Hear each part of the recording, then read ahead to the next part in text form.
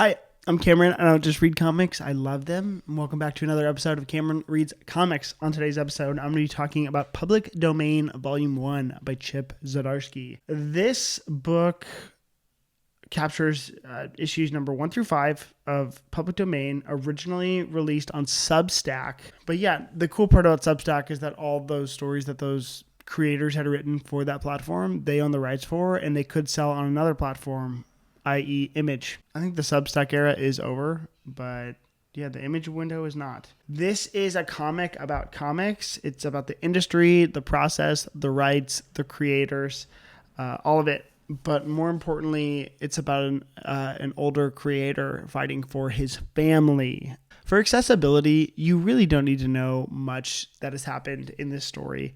You don't need to know anything going into it because it's an indie comic. They're going to build the entire world for you. So sometimes when I'm tired of continuity, I just go read a little trade like that. The one thing that I would give you for accessibility, though, is a little bit of context. I think knowing the relationships of creators like Stan Lee with his collaborators Steve Ditko and Jack Kirby, I think those are really important. Just kind of, they add a layer. Same with like Bob Kane and Bill Finger, or like any of the Joe Shuster, Jerry Simon, Superman stuff. Oh no, it's Siegel.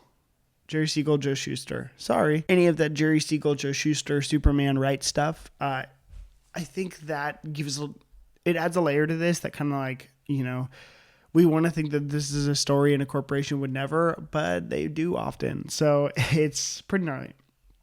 But those help. They'll enhance the experience, but by no way should that keep you from reading this. Now for the story. The story is about a comic book artist and writer named Sid Dallas who created a character named The Domain. In the world of this comic series, he's as big as Spider-Man in the Singular Comics universe. So he created this like Spider-Man popularity character in his own Marvel universe called the Singular Comics. Sid worked on this creation for his entire career, but didn't get proper creation credit until they stumble on some documentation that he is the co-creator. While this is happening, Sid sees his old co-creator, the guy he created the comics with. They see him living this, like, I'll just say it, like a Stan Lee lifestyle. He's so famous. He's created all these characters. It's pretty gnarly. And he's not struggling to pay the bills, but he could be way better off. So when they find this documentation that he is the co-creator, Sid and his two sons go to Singular Comics and are trying to get the rights to their character back. They demand it. They even lawyer up. And that's really what the comic's about, is the journey between the family. How come Sid hasn't fought for his character rights over the years? What kind of father does he want to be to his sons? Why do the sons feel so entitled to this compensation of their father's work with their father who is still alive? All dynamics discussed and explored in the story. But the cool thing I like about it is like, this one is really just about the comics. There's the pop culture phenomenon surrounding it, but this one is just about the comics themselves.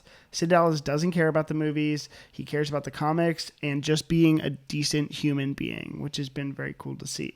He has a son, Miles, who's rougher around the edges and due to his own shortcomings thinks the world is out to get him, which plays Miles' previous mistakes plays into a lot of his motivations in this story. And so he's hardcore. That dynamic within the story carries it from what could have been a fine story into a heartfelt epic. Just those character dynamics. And this is also just a short read, just because it's 5 issues. And I've told myself, if I think it's a cheap comic, I'm going to tell you the price.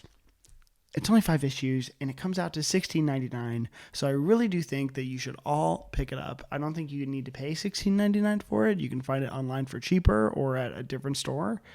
But I do think it's worth checking out because it's really a great story. The art is from the famed sex criminals and Spider-Man artist Chip Zdarsky, and I really enjoy it. Chip has such a clean style that conveys emotion really well. It's not over-designed. It's digital because I'm like, you need to do digital because you have so many deadlines. He was writing this for like 5 other books at the same time, so whatever you need, man. He conveys emotion really well. He knows like how to do the panel layouts. He's a great writer, and I think that comes from him being a great artist. So just a really clean comic, no complaints about the art. It's very consistent throughout the whole book, and consistent with his other works. So 10 out of 10. This also isn't an action-packed comic book. It's a nice story about the industry, and I think the art holds up its end of the bargain. It doesn't take away anything from the story. Yeah, it's just consistent, which is really good.